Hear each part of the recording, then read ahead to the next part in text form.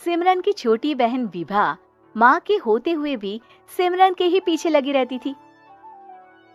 सिमरन, आ गई हो तो इसे खाना खिला दो। बोल रही है तुम जब तक नहीं खाओगी ये भी नहीं खाएगी। क्या है विभा, तुम खा लिया करो ना, मुझे ऑफिस से आने में देर हो जाती है। और कोई छोटी बच्ची तो हो नहीं तुम जो खाना भी नहीं खाती हो कि दीदी आएगी तो ही खाऊंगी। हाँ हाँ, छोटी बच्ची ही समझ लो। और एक बात, जब आपको पता है कि मैं आपके बिना नहीं खाती हूँ तो रोज रोज क्यों बोलती हो? अरे क्या है ये, दोनों बहनें कम माँ बेटी ज्यादा लगती हो। अरे दीदी की शादी हो जाएगी तब क्या करेगी बोल? जब होगी तब की तब देखेंगे। मैं तो दीदी के साथ ही रहूंगी हमेशा। दोनों की शादी ऐसे घर में कर देंगे जहाँ दो भाई हो। खैर, मामला आया गया हो जाता है। एक दिन सिमरन के पापा जब घर आते हैं। तुम लोगों के लिए अच्छी खबर है। वर्मा जी है ना मेरे दोस्त, उन्होंने सिमरन बेटी के लिए रिश्ता बताया है। बहुत अच्छा लड़का है, सिमरन को भी पसंद कर लिया है और कल वो लोग आ रहे हैं सिमरन को देखने अपने घर। सिद्धांत अपने माता पिता के साथ सिमरन को देखने आता है। उसे सिमरन अच्छी लगती है और शादी तय हो जाती है। सिद्धांत की माँ कहती है, अब तो हम लोग ले जाएंगे जल्द ही अपनी सिमरन को यहाँ से। अरे हाँ हाँ, क्यों नहीं, आपकी ही है अब तो हमारी बेटी। दूर खड़ी विभा सब सुन रही होती है।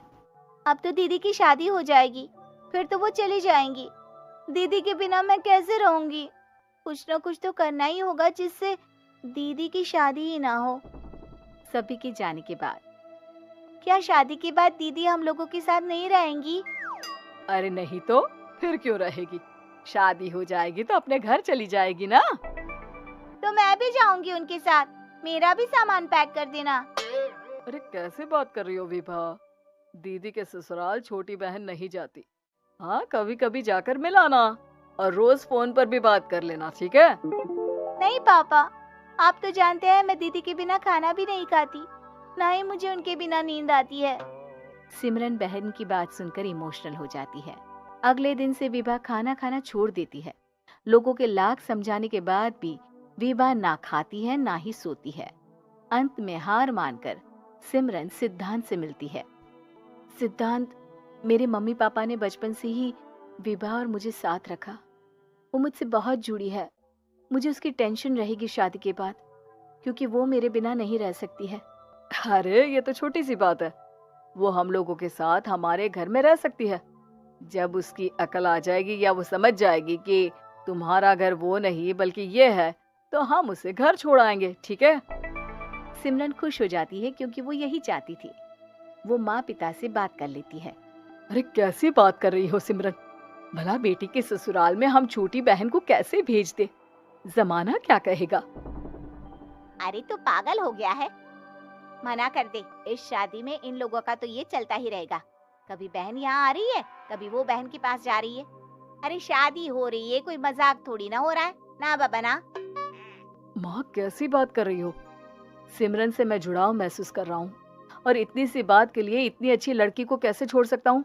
सिद्धांत की भी जिद होती है कि वो सिर्फ सिमरन से ही शादी करेगा, और होता भी वैसा ही है। सिद्धांत और सिमरन की शादी हो जाती है और दहेज में आ जाती है विभा। शादी के बाद बुआ सास कहती है, अरे माँ ना, साली आधी घर वाली होती है, लेकिन ये क्या, तुम तो उसे घर ही ले आए। तभी चाची कहती है, सिद्धांत को तो हम लोगों ने सीधा समझा था, लेकिन सबसे तेज तो यही निकला। अरे देखो कैसे दहेज तो नहीं लिया, लेकिन साली पर कब्जा कर लिया। सिद्धांत ने इस और तो सोचा ही नहीं था, लोग उन लोगों के बारे में ऐसी भी बात करेंगे। वो वहां से चला जाता है और चुपचाप अपने कमरे में लेट जाता है। क्या हुआ सिद्धांत, तुम अचानक से परेशान हो गए, कोई बात है क्या? अरे नहीं नहीं, वो थक गया था ना, शादी की सारी तैयारी और रस्मों के बीच, सोच रहा हूँ थोड़ा आराम कर लूं। हाँ ठीक है, आप लेट जाइए, मैं विभा का बेड लगा देती हूँ जमीन पर। क्या वो यहाँ सोएगी? हाँ, बताया तो था कि उसे नींद नहीं आती मेरे बिना।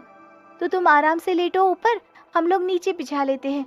अरे नहीं नहीं, तुम दोनों आराम से लेटो ऊपर, मैं माँ पापा के रूम में जा रहा हूँ। सिद्धांत वहां से दूसरे कमरे में चला जाता है, जहां सिद्धांत के पिता उससे कहते हैं, क्या बात है बेटा, तू उस कमरे में क्यों नहीं सो रहा?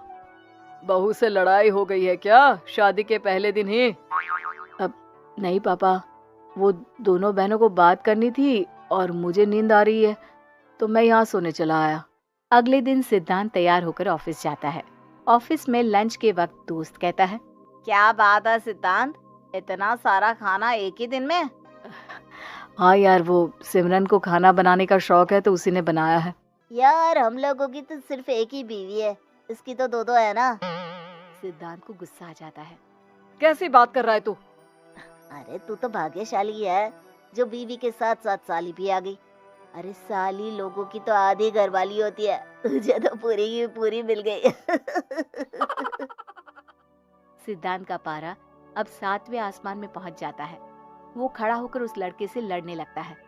हाँ, मेरी शादी में मेरी बीवी के साथ मेरी साली भी आई है, ये सच है, लेकिन सिर्फ कुछ समय के लिए, क्योंकि उसने सिमरन को बचपन से ही माँ की तरह देखा और यूं अचानक वो सिमरन से अलग नहीं रह सकती थी। इसलिए सोचो, अगर मेरी बीवी उसके लिए माँ का स्थान रखती है तो मेरा दर्जा क्या हुआ?